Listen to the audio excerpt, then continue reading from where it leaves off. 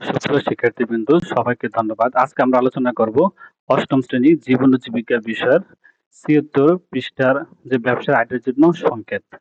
তাহলে চলো আমরা শুরু করি। ব্যবসার আইডির জন্য সংকেত, এটা হচ্ছে অষ্টম শ্রেণীর ৭৬ নম্বর পৃষ্ঠার যে ছকের সমাধান।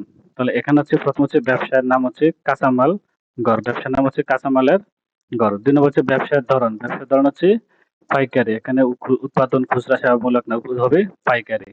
কি চাহিদা পূরণ করবে বা কি সমস্যার সমাধান করবে, এটা হচ্ছে গ্রামাঞ্চল থেকে উৎপাদিত পণ্য কিনে এনে শহরে বিক্রি করবে। তাহলে গ্রামাঞ্চল থেকে উৎপাদিত পণ্য কিনে এনে শহরে দোকানদারকে নিকট বিক্রি করা।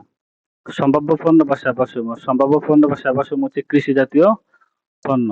সম্ভাব্য ক্রেতা হচ্ছে সাধারণ জনগণ। আমার যে ব্যবসা, ওই ব্যবসা কাঁচামাল গড়ের যে ব্যবসা, এই ব্যবসায় সম্ভাব্য ক্রেতা হচ্ছে সাধারণ জনগণ। বিক্রয় পদ্ধতি, এই আমার এই ব্যবসার বিক্রয় পদ্ধতি হচ্ছে খুচরা এবং সরাসরি। খুচরো বিক্রি করা হবে এবং সরাসরিও বিক্রি করা হবে। কিভাবে ক্রেতা পণ্য গ্রহণ করবে? সরাসরি গ্রহণ করতে পারে, অনলাইনেও গ্রহণ করতে পারে। লেনদেন পদ্ধতি, আমি যে মালামাল বিক্রি করব, এখানে হবে ক্যাশ পেমেন্টও লেনদেন হতে পারে, মোবাইল পেমেন্টও হতে, অর্থাৎ উভয় পদ্ধতিতেই ক্যাশ পেমেন্ট এবং মোবাইল পেমেন্ট উভয় পদ্ধতিতেই হতে পারে। ব্যবসাটির বিশেষত্ব কি? এটি এমন একটি ব্যবসা যা আমাদের সকলের দৈনন্দিন জীবনের কাজে প্রতিনিয়ত ব্যবহার করা হয়। তাহলে আমার ব্যবসায় যে মালামালগুলো আছে, এগুলো দৈনন্দিন জীবনে প্রতিনিয়ত ব্যবহার করা হয়। সেবা বা পণ্যের উৎস বা প্রয়োজনীয় কাঁচামালের যোগান, বিভিন্ন গ্রাম থেকে কাঁচামাল সংগ্রহ করে নিয়ে আসা। এটা হচ্ছে আমার সেবা বা পণ্যের কাঁচামালের যোগান দেওয়া হবে। যেসব কারণে এই ব্যবসাটি নির্বাচন করা হয়েছে। আমার ব্যবসা নির্বাচন করার কারণ হচ্ছে পুষ্টি বিকাশে সহায়ক হবে, মানুষের দৈনন্দিন জীবনে প্রয়োজন হবে।